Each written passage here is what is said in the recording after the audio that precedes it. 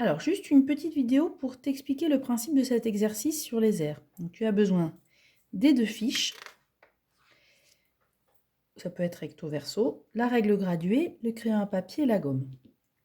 On te demande ici de regarder les rectangles A et le rectangle B et déjà d'essayer de faire un pari sur lequel, à ton avis, a la plus grande étendue, la plus grande aire. Donc, tu regardes, tu fais ton pari et ensuite, pour trouver la réponse, on va chercher combien ils contiennent de petits carrés de 1 cm de côté.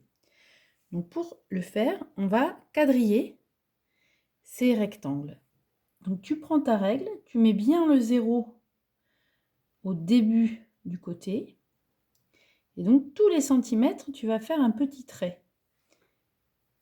Tous les centimètres. Donc tu remarques qu'il fait 9 cm. Tu le fais en haut et en bas. Il faut que ce soit quand même assez précis, hein. Sur les côtés également, donc là ça fait 3 cm, tu fais les petits traits tous les centimètres. Et ensuite, tu n'as plus qu'à, ça doit te rappeler quelque chose qu'on avait fait sur une vidéo sur les fractions, je crois bien, et tu relis. Et là, tu vas pouvoir trouver rapidement combien il y a de petits carrés. Donc 9 et 3. Donc ça fait combien de petits carrés? 27 ici. Et donc tu fais la même chose ici. Donc là, on en a 6.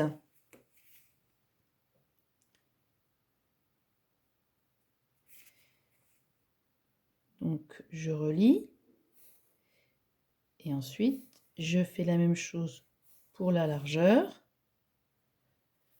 Voilà. Et donc ça en fait 4. Donc 6 fois 4, donc tu comptes combien il y a de petits carrés. Ici, il y en a 24. Donc quel était le rectangle le plus étendu, celui qui avait l'aire la plus grande? C'était donc le A. Donc tu fais la même chose, le même pari pour C et D. Pour E et F, alors ça va être un peu plus compliqué, tu vas voir ici.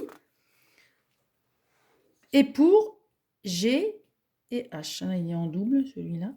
Et pour G et H. Alors tu fais pause. Là, tu verras la correction. Là, juste, tu verras la correction, mais pour t'expliquer la correction. Donc, tu as remarqué qu'ici, on en avait 4. Qu'ici, on en avait 1 et 5 mm.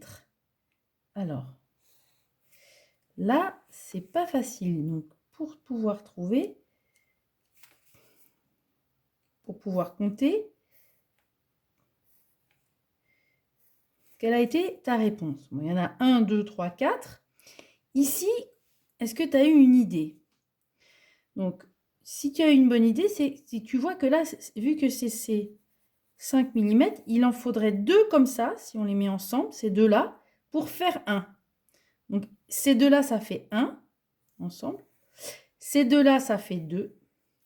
Ici, à ton avis, au niveau de l'air, par rapport au grand, au carré de 1 cm sur 1 cm, ça fait combien, là, cette partie?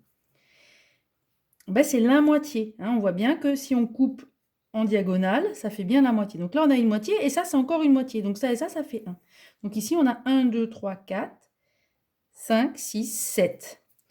Et ici, donc, on avait 2 fois 3, ça faisait donc 6. Donc c'était celui-là le plus grand. Hein.